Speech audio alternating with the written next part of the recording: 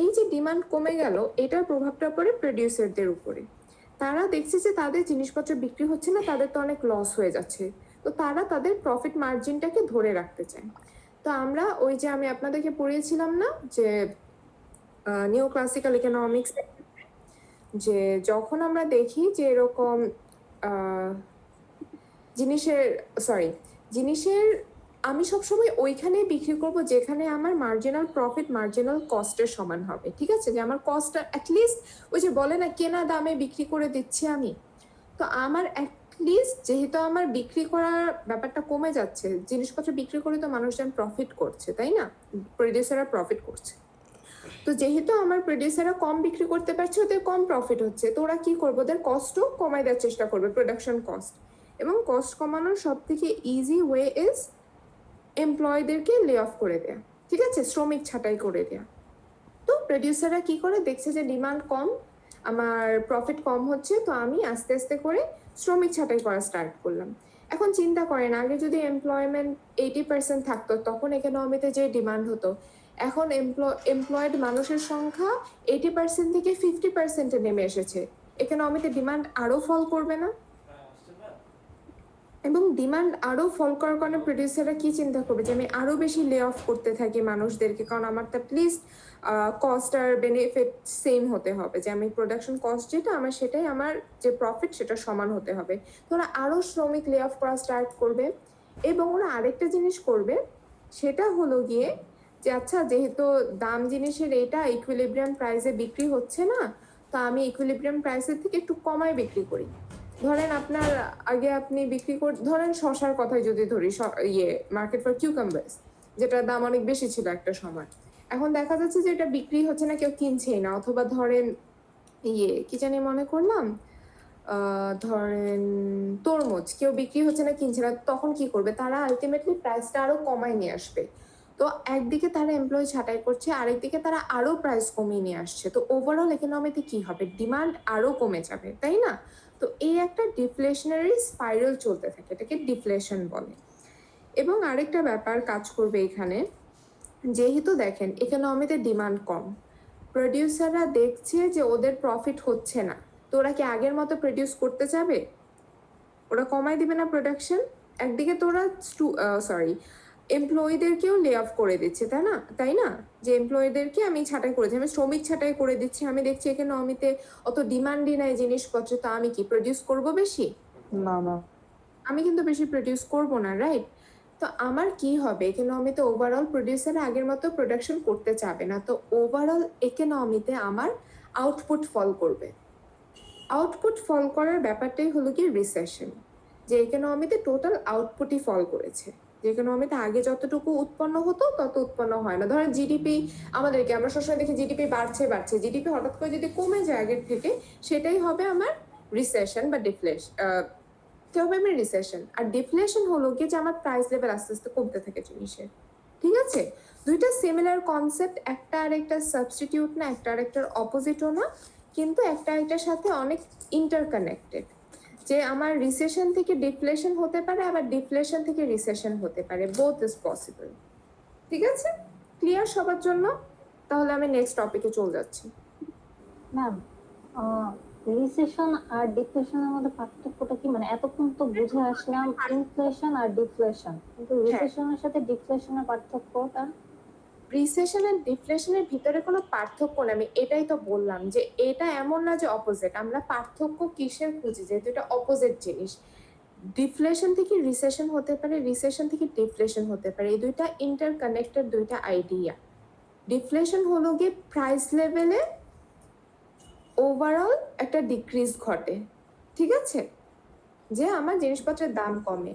আর recession হলো গিয়ে আমি যেটা বললাম, সেটা হলো গিয়ে আমার ওভারঅল ইকোনমিতে প্রোডাকশন এমপ্লয়মেন্ট পুরো কমে যায়, মানে আউটপুট ফল করে।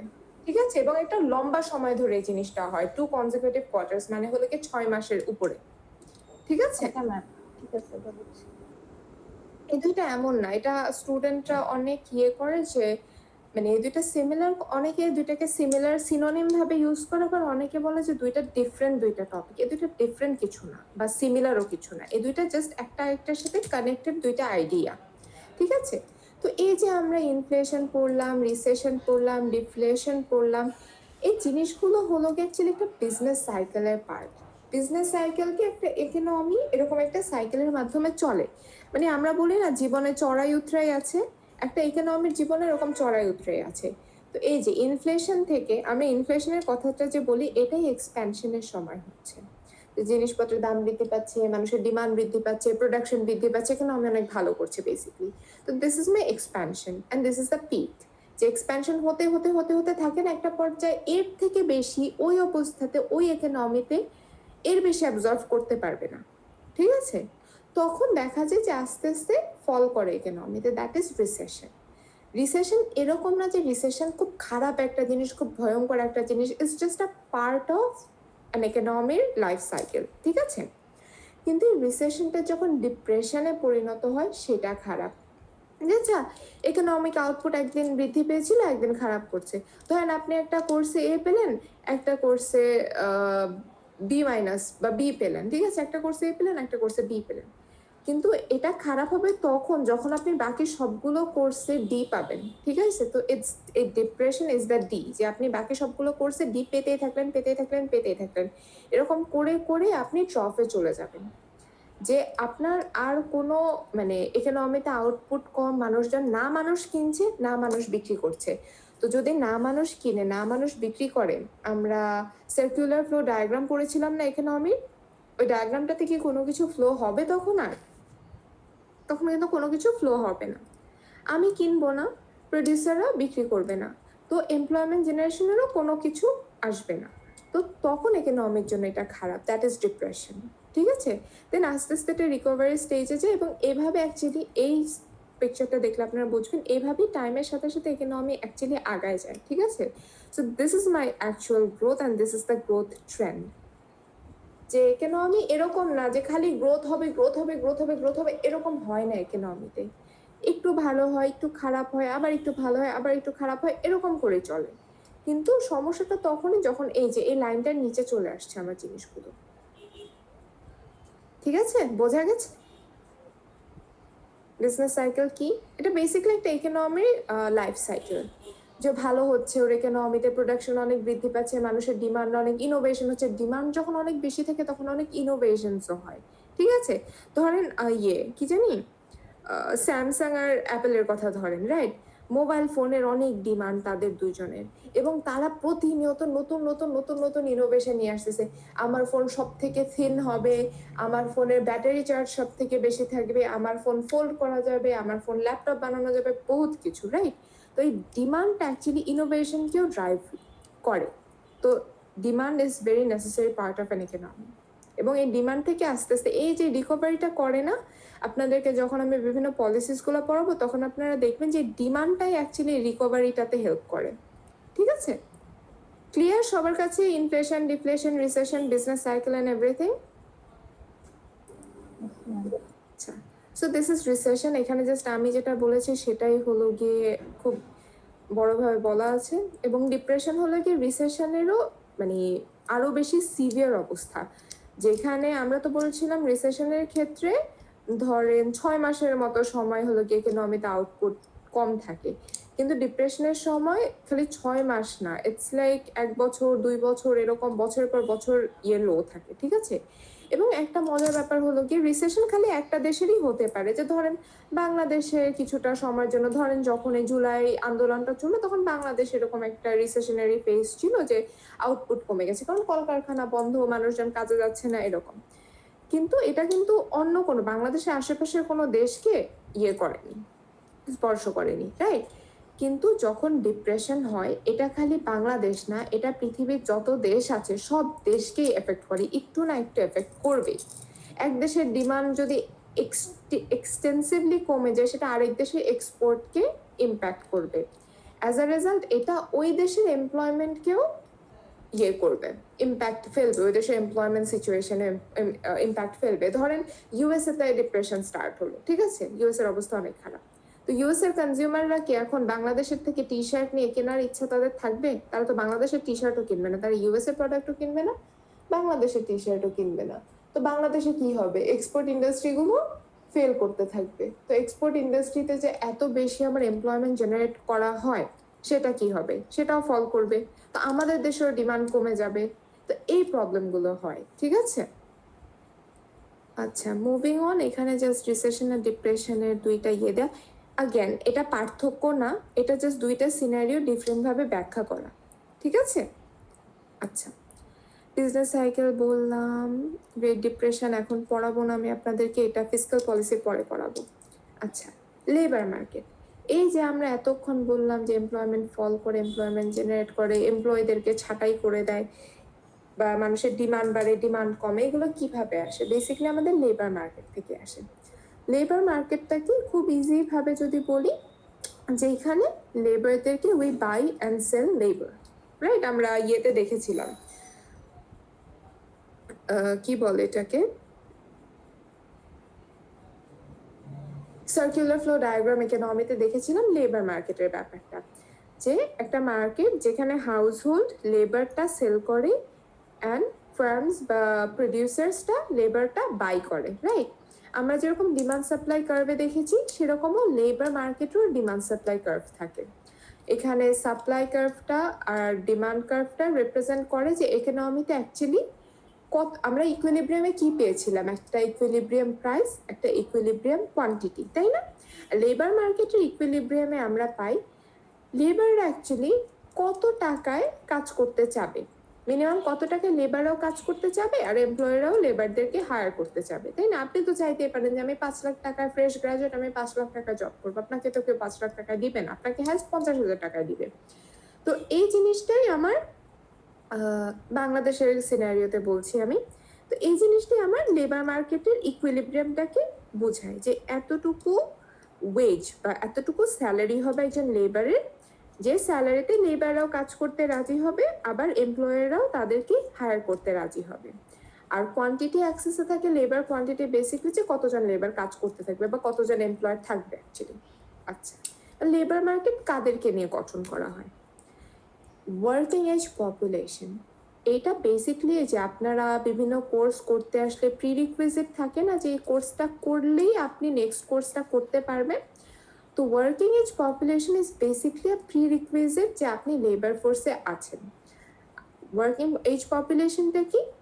এত 15 থেকে 64 এজের ভিতরে আপনাকে থাকতে হবে। Your age should be between 15 and 64। তাহলেই আপনি ওয়ার্কিং এজ পপুলেশনে থাকবেন এবং তাহলেই আপনি একমাত্র লেবার ফোর্সে এন্ট্রি করতে পারবেন। লেবার ফোর্সে কারা আছে? লেবার ফোর্স বা ওয়ার্ক ফোর্স যেটাই বলেন, they are the working age population who are either working or actively looking for work. ধরেন এখন আপনি কাজ করছেন, ঠিক আছে, এখন যারা আনএমপ্লয়েড তাদেরকে কিন্তু আপনি বলতে পারবেন না যে ওরা লেবার ফোর্সের পার্ট না। ওরা লেবার ফোর্সের পার্ট, ইটস জাস্ট যে ওরা কাজ খুঁজছে, কাজ এখনো করছে না, বাট ওরা কাজটা যে মুহূর্তে কাজটা পাবে সেই মুহূর্তে ওরা কাজ করা স্টার্ট করবে, রাইট। যেমন ধরেন বাংলাদেশে যদি আমি বলি, কিছু কিছু রাস্তায় দেখবেন আপনি ভিক্ষুক আছে, বা এরকম আপনি অনেক ভিডিওসও দেখবেন যে একজন ভিক্ষুক মানুষ, ওনাকে বললেন যে আচ্ছা আপনার তো শরীর স্বাস্থ্য টাস্থ্য সবই ভালো, আপনার তো কোনো সমস্যাও নাই, একটা কাজ করেন, আপনি ভিক্ষা না করে আমি আপনাকে একটা কাজ দিব, আপনি আমার সাথে চলেন। তো বেশিরভাগ বলে যে না না না ভিক্ষা করবো, এরকম করে সে চলে যায়।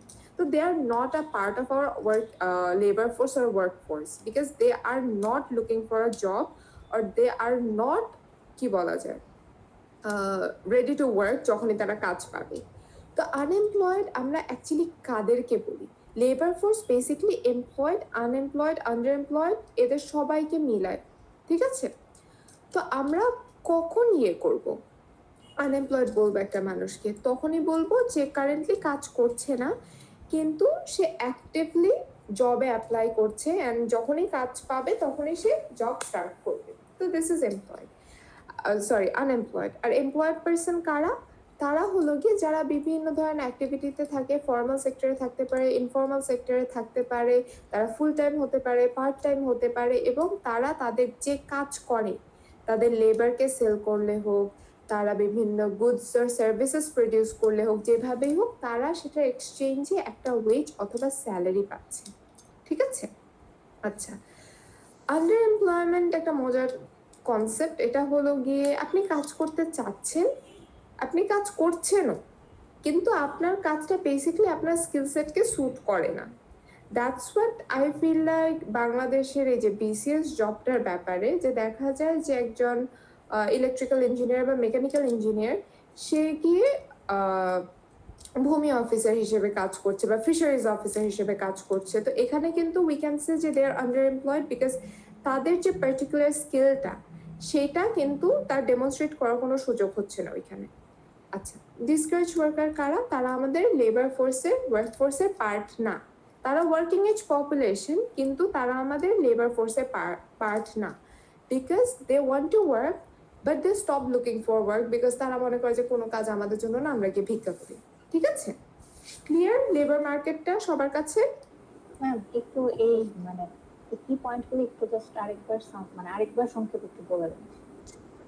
আপনার যদি স্পেসিফিক কোনো প্রবলেম থাকে, ভালো হয় যে আপনি কনসালটেশনে আসেন, বিকজ আমাকে আজকে এটা শেষ করতে হবে। আমি আপনাদেরকে 8টা পর্যন্ত সময় দিয়েছি, আমি 8টার ভিতরে শেষ করতে চাচ্ছি। ঠিক আছে?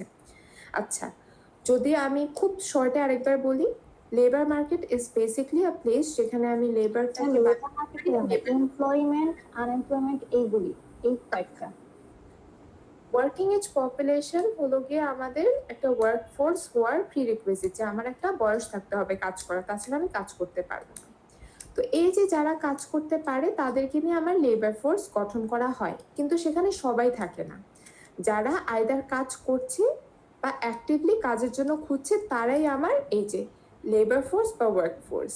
যারা খুঁজছে না, করছে না, তারা হলো গিয়ে আমার ডিসকারেজ ওয়ার্কার, তারা আমার লেবার ফোর্সের পার্ট না। তো লেবার ফোর্সের পার্ট কারা কারা? এমপ্লয়েড মানুষ যারা কাজ করছে, ফর্মাল সেক্টরে কাজ করছে, ইনফর্মাল সেক্টরে কাজ করছে, ফুল টাইম কাজ করছে, পার্ট টাইম কাজ করছে, যাই করছে তারা কিছু গুডস অ্যান্ড সার্ভিসেস প্রডিউস করছে, সেটার পরিবর্তে তারা স্যালারি পাচ্ছে অথবা একটা প্রফিট আর্ন করছে। আর আরেকটা পার্ট হলো কি আনএমপ্লয়েড মানুষ, যারা হতে পারে এখন কাজ করছে না, but they are actively looking for job. তারা জবে বিভিন্ন জায়গায় অ্যাপ্লাই করছে, খুঁজছে জব, এন্ড কোনো একটা জব পাওয়ার সাথে সাথেই তারা সেই জবটাতে স্টার্ট করবে। ঠিক আছে? আর আন্ডার এমপ্লয়েড মানুষ হলো গিয়ে তারা এমপ্লয়েড, যে তারা কাজ করছে কিন্তু দে আর ওয়ার্কিং, তাদের স্কিল লেভেল সেট যেটা, স্কিল সেটের যে লেভেলটা সেটার নিচে কাজ করছে, তারা তাদের ফুল পটেনশিয়াল ইউজ করতে পারছে না, তারা হলো গিয়ে আন্ডার এমপ্লয়েড। ঠিক আছে, ক্লিয়ার? Yes ma'am. আচ্ছা, আনএমপ্লয়মেন্ট রেট কিভাবে ক্যালকুলেট করে? ইজি লেবার ফোর্স কে আপনি আনএমপ্লয়েড রেট কে লেবার ফোর্স দিয়ে ভাগ করবেন, দ্যাট ইজ যেহেতু রেট, দ্যাটস 100 ইন্টু করে দেবেন, দ্যাটস বেসিকলি আমাদের unemployment rate. So this is বাংলাদেশের আনএমপ্লয়মেন্ট রেটের সিনারিও। এখানে একটা মজার জিনিস, এই 2010 সালে এটা ভালো ধরনের একটা ডিপ খায়। এটা কেন? এটার অনেক বড় একটা কারণ, ওই সময়ের দিকে দেখা যায় যে এই গার্মেন্টস সেক্টরটা অনেক ভালো, কি বলা যায়, there was a boom in the garment sector basically। এবং ওইটার ফলে হলো কি যে ফিমেল এমপ্লয়মেন্টটা অনেক বেড়ে গেল। আপনারা তখন অনেক ছোট হবেন, আপনারা দেখেছেন কিনা জানি না, বাট আমি যখন স্কুলে যেতাম তখন আমি দেখতাম যে এরকম বিশাল বিশাল মহিলাদের এরকম দল, ওরা হলো গিয়ে একটা টিফিন ক্যারিয়ার হাতে নিয়ে এরকম করে যাচ্ছে, একটা আইডি কার্ড গলায় ঝুলানো, একটা টিফিন ক্যারিয়ার হাতে নিয়ে ওরা কয়েকজন ছোট ছোট এরকম গ্রুপে গ্রুপে যেতে যাচ্ছে ফ্যাক্টরিতে কাজ করতে। তো এটা কিন্তু 2010-11 ওই সময়ের দিকে সিচুয়েশন, যে তখন অ্যাকচুয়ালি এই গার্মেন্টস সেক্টরটা এত বেশি ভালো করার জন্য আমার অনেক ফিমেল লেবাররা কি বলে এটাকে লেবার ফোর্সে পার্টিসিপেট করলো। তো এটার কারণে এখানে একটা বড় ধরনের ড্রপ খেয়েছে যে আমাদের আনএমপ্লয়মেন্ট রেট। এবং আপনারা এই 2020 সালের এখানে আনএমপ্লয়মেন্ট রেট হাই হওয়ার কারণ নিশ্চয়ই বুঝতে পারছেন, দ্যাট ওয়াজ কোভিড, রাইট? আচ্ছা, এখন এই কনসেপ্টটা বুঝতে আপনাদের একটু ভালো মতো মনোযোগ দিতে হবে। ঠিক আছে, সবাই খুব ভালো মনোযোগ দিবেন। আমরা এখানে দেখছি ইন্টারেস্ট রেটের কথা। এখন ইন্টারেস্ট রেট ব্যাপারটা কি? আপনার কাছে কিছু টাকা আছে, আপনি টাকা 2টা কাজে ইউজ করতে পারবেন। আইদার আপনি নিজের কাছে রেখে আপনি টাকাটা দিয়ে কিছু জিনিসপত্র কিনে কনজিউম করবেন, কোনো সার্ভিস কিনে কনজিউম করবেন, অথবা আপনি আপনার টাকাটা ব্যাংকে সেফলি রেখে দিবেন, তাই না, যে ব্যাংকে থাকুক। ব্যাংকে এখন আপনার কাছে আপনার কোন ইনসেনটিভটা আপনাকে মনে করবে যে না আমি এখন কনজিউম না করে আমি ব্যাংকে কিছু টাকা রাখবো। মানুষ ব্যাংকে কেন টাকা রাখে বলেন তো? একটা তো অবভিয়াসলি ফর সেফটি রিজন, কিন্তু মানুষ চুজ করে কিভাবে আমি এই ব্যাংকে টাকা রাখবো নাকি ওই ব্যাংকে টাকা রাখবো। ম্যাম, তাকে যে পরিমাণ টাকা রাখা হয় ওইটার উপর একটা ইন্টারেস্ট দেওয়া হয়। সরি, দুইজন একসাথে বলেছে, আমি কারোটাই শুনতে পাইনি। ম্যাম ইন্টারেস্ট রেট যেখানে বেশি পাই ওখানে রাখতে চাই না। Yeah. এখন কেন আমি ইন্টারেস্ট রেটটা বেশি চাই এটা আমরা একটু দেখি, ঠিক আছে? ইন্টারেস্ট রেট কিন্তু দুই প্রকার, একটা হলো গিয়ে বরোয়িং রেট, একটা হলো গিয়ে আমি যে লেন্ডিং রেট সেটা। লেন্ডিং রেট ইজ বেসিকলি আমরা ব্যাংকে যে টাকাটা রাখি সেটা। তো ব্যাংক কি করে, ব্যাংক দুইটা দলের মাঝে মধ্যস্থতা করে, যে আমার কাছে অনেক আপনাদের কাছে কিছু টাকা এক্সট্রা থাকে, আমরা সেটা ব্যাংকে রাখি। আর কিছু মানুষ আছে যাদের এক্সট্রা কিছু টাকা দরকার, ধরেন ব্যবসা করবে বা কিছুর জন্য, তো ব্যাংক করে কি দুই দলের মাঝখানে মধ্যস্থতা করে। আমরা ব্যাংকে টাকা রাখি, ব্যাংক আমাদেরকে একটা ইন্টারেস্ট রেট দেয়, আর তাদেরকে আমাদের এই যে ইন্ডিভিজুয়াল আমরা টাকা নিচ্ছি, আমাদের টাকার একটা পুল করে ব্যাংক তাদেরকে এই টাকাগুলো দেয় যাদের টাকা লাগবে। তো আমরা ব্যাংকের কাছ থেকে ইন্টারেস্ট পাই, ব্যাংক তো নিজের পকেট থেকে দেয় না। ব্যাংক কিভাবে দেয়? ব্যাংক করে কি, ওই যে যাদেরকে ব্যাংক লোন দিয়েছিল, যে বিজনেসম্যানগুলোকে, ওদের থেকে ব্যাংক একটা ইন্টারেস্ট নেয়, এবং ওইটা is typically a bit higher যেটা ব্যাংক আমাদেরকে দেয়। তো ওই যে হায়ারটা থাকে সেটার কিছু অংশ ব্যাংক আমাদেরকে দেয়, কিছু অংশ ব্যাংক নিচে রাখে, ওইটাই ব্যাংকের প্রফিট, ওইটা দিয়ে ব্যাংক এসেনশিয়ালি চলে, ঠিক আছে? আচ্ছা, তো এখন আমি আপনাদেরকে একটা এক্সাম্পল দিয়ে দেখাই যে আপনারা ব্যাংকে যে অ্যাকচুয়ালি টাকা রাখেন, ইন্টারেস্ট রেট দেখে টাকা আছে, ইন্টারেস্ট রেট দেখে কেন টাকা রাখি, ওই ব্যাপারটা আমরা একটু দেখি, ঠিক আছে? সো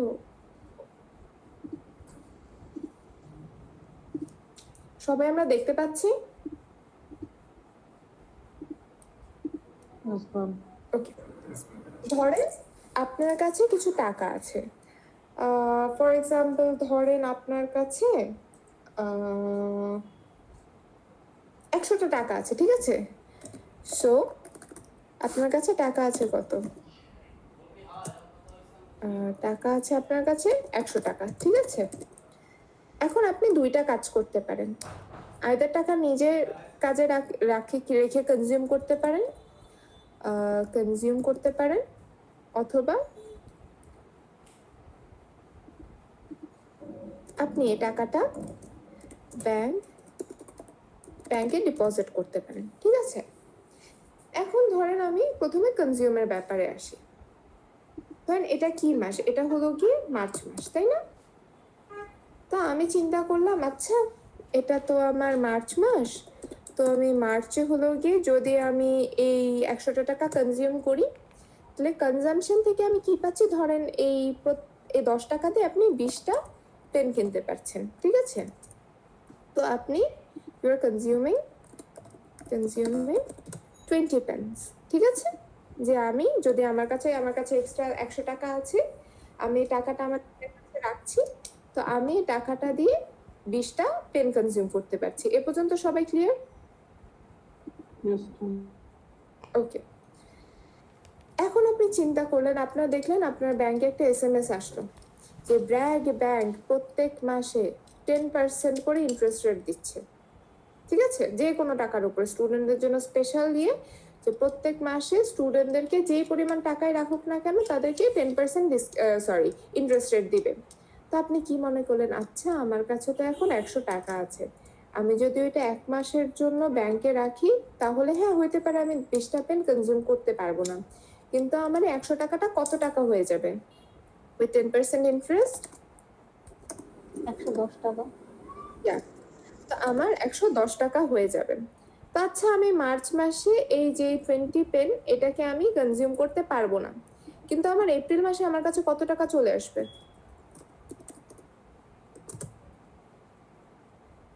বলেন তো। মার্চে আমি কনজিউমিং 0 পেন, ঠিক আছে? তো তাহলে এপ্রিলে আমার কি হবে বলেন তো? আমার অ্যাকচুয়ালি 110 টাকা হয়ে যাবে না, উইথ 10% ইন্টারেস্ট, কারেক্ট? এবং যদি আমি এখন কনজিউম না করে ব্যাংকে টাকাটা রেখে দিই 10% ইন্টারেস্ট সহ, তাহলে আমি এপ্রিল মাসে অ্যাকচুয়ালি কয়টা পেন কনজিউম করতে পারবো বলেন তো? আমি যদি আই থিঙ্ক ইটস 5 টাকা পার পেন, তাই না? সিম্পল ম্যাথ, বলেন, একটু বোঝার চেষ্টা করেন যে আমি সরি 22 pence, 5টা পেন নিতে পারবো। Exactly 22 pence। সো আমি কনজিউমিং কয়টা? 22 pence। এখন এটা তো আপনি নর্মালি চিন্তা করেন যে আচ্ছা আমি যদি নিজের কাছে টাকা না রেখে এখন আমি 0 পেন কনজিউম করি, আমি যদি ব্যাংকে টাকা রাখি 10% ইন্টারেস্ট সহ, I can have 22 pence in the month of April. এটা আপনার নর্মাল চিন্তা করলেন, কিন্তু আমি একটা জিনিস বলেছিলাম যে ইকোনমিতে অলওয়েজ একটা ইনফ্লেশন পারসিস্ট করে, বলেছি না? তো এই যে আমার 5 টাকা পার পেন ছিল, এটা মার্চ মাসে আমার কি 5 টাকা পার পেন, তাই না? এপ্রিল মাসে হোয়াট ইফ আমার পেনের দাম 5 টাকা না, পেনের দাম বিকেম কত টাকা? ধরেন 5.5 টাকা পার পেন। যদি আমার পেনের দাম 5.5 টাকা হয়, তাহলে আমি কতটা কনজিউম করতে পারবো, কয়টা পেন? ম্যাম তাহলে 20টাই হবে। তাহলে 20টাই থেকে যাবে। তাহলে কি আমি ব্যাংকে যে টাকা রাখলাম সেটাতে আমার কি কোনো লাভ হয়েছে? না ম্যাম, আমার তাহলে আমি কি ব্যাংকে টাকাটা 10% রেখে আমার কোনো লাভ আছে?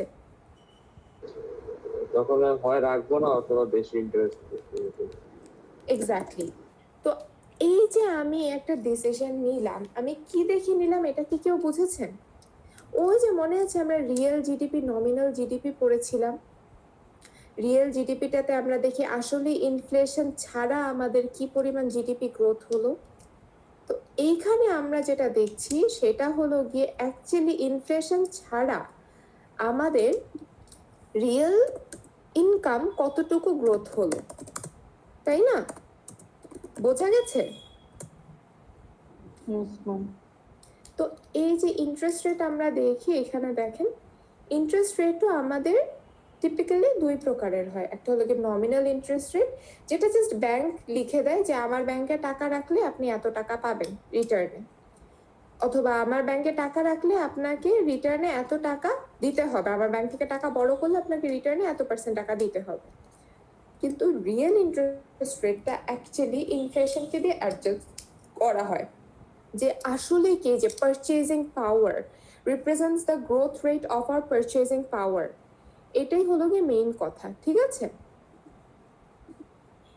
যে এই যে আমি ব্যাংকে টাকা রাখছি, এটাকে আমার অ্যাকচুয়ালি পারচেজিং পাওয়ারকে বাড়াচ্ছে?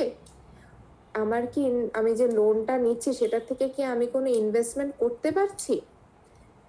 ওর আমার এটা জাস্ট এমনি এমনি ব্যাংকে আমি টাকা রাখছি, ব্যাংক এটাতে একটা এক্সট্রা লাভ করছে।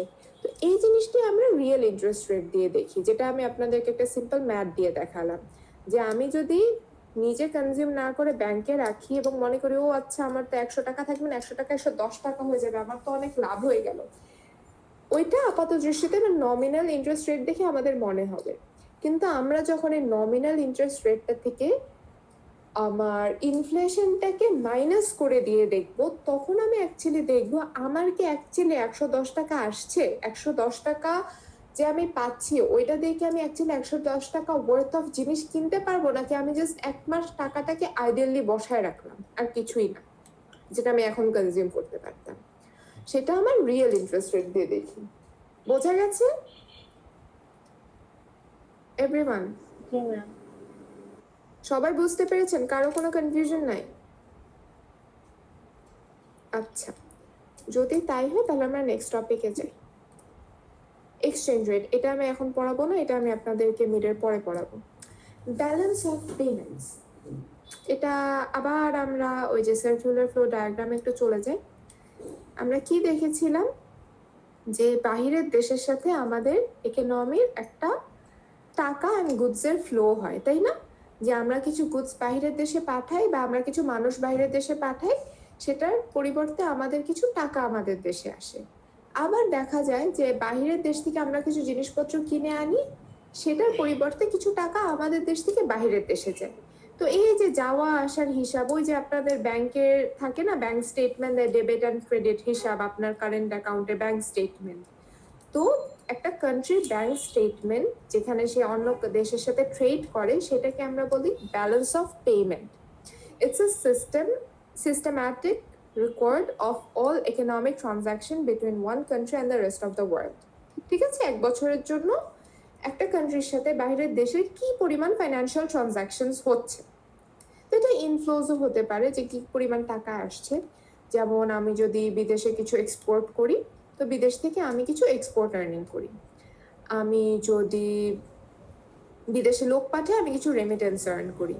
তারপরে ফরেন ডাইরেক্ট ইনভেস্টমেন্ট, যে বিদেশ থেকে সরাসরি করে, ফরেন এইডস অথবা foreign loans, right?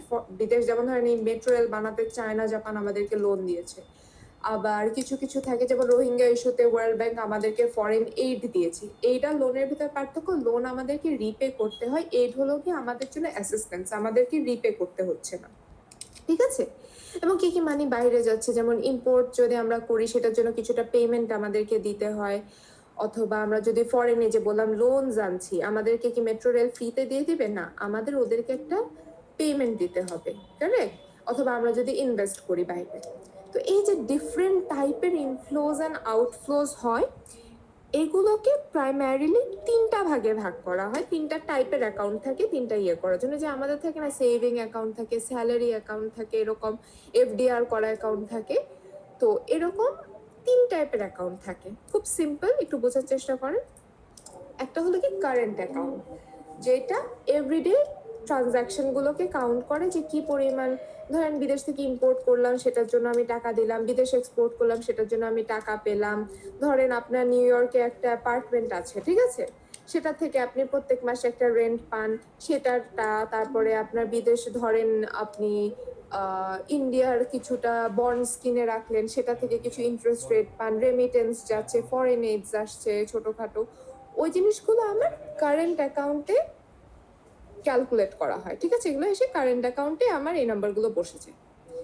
Capital account হলো কি ওয়ান টাইম স্পেশাল ট্রানজাকশন। যেমন ধরেন আমি আপনাকে বললাম আপনার নিউ ইয়র্কে অ্যাপার্টমেন্ট আছে, সো আপনি ওইটার থেকে ইয়ে পাচ্ছেন, রেন্ট পাচ্ছেন প্রত্যেক মাসে। ধরেন আপনি এখন মনে করলেন আরে ধুর, আমি যদি এরকম প্রত্যেক মাসে এত বেশি মেনটেন, এই বাংলাদেশে বসে আমার নিউ ইয়র্কের অ্যাপার্টমেন্ট মেনটেন করাটা অনেক ডিফিকাল্ট, আমার নিউ ইয়র্কে একটা ফ্রেন্ড আছে, আমি ওকে অ্যাপার্টমেন্ট বিক্রি করে দিব। আপনি কি করলেন, ওকে বললেন যে আমার এরকম, এটা হলো আমার অ্যাপার্টমেন্টে ডিল, তুমি আমাকে টাকা দিবে, আমি তোমার নামে অ্যাপার্টমেন্টটা লিখে দিব। তো সে আপনাকে পুরো অ্যাপার্টমেন্টের টাকাটা আপনাকে দিয়ে দিল, আপনার কাছে পাঠিয়ে দিল, আর অ্যাপার্টমেন্টটা তার নামে হয়ে গেল। ওই যে একটা টাইমে আপনার একদম ওনারশিপ চেঞ্জ হয়ে যাচ্ছে, সেটা আপনার ক্যাপিটাল অ্যাকাউন্টে ক্যালকুলেট করা হবে। ঠিক আছে, আবার ধরেন যে পেটেন্টস অ্যান্ড কপিরাইট, ট্রেডমার্ক, ধরেন কেএফসির কথা যদি আমি বলি, কেএফসির মালিক কিন্তু বাংলাদেশের না, কিন্তু কেএফসি বাংলাদেশে একটা গ্লোবাল চেইন, তাই না? তো ধরেন বাংলাদেশে যে কেএফসি অপারেট করছে, সে আমেরিকার কেএফসি যে মেইন মালিক, তাকে গিয়ে বলবে যে দেখেন বাংলাদেশে এরকম অনেক চাহিদা আছে কেএফসি, আপনি আমাকে 10 বছরের জন্য আপনার এই ট্রেডমার্কটা কিনে নিতে দেন, বা আপনার এই আপনার এই পেটেন্টেড বা কপিরাইট বলা যে রেসিপিটা, সেটা আমাকে দেন, আপনার এই ট্রেডমার্কটা দেন আমাকে কেএফসি, আমি 10 বছরের জন্য এটা বাংলাদেশে আমি চালাবো, আপনাকে আমি এই 10 বছরের জন্য এই ওয়ান টাইম পেমেন্ট করে গেলাম, যে আমি ওই 10 বছরের সময়টার জন্য আপনার এই ট্রেডমার্কটা কিনে নিচ্ছি। তো ওইটা হবে আমার ক্যাপিটাল অ্যাকাউন্টে।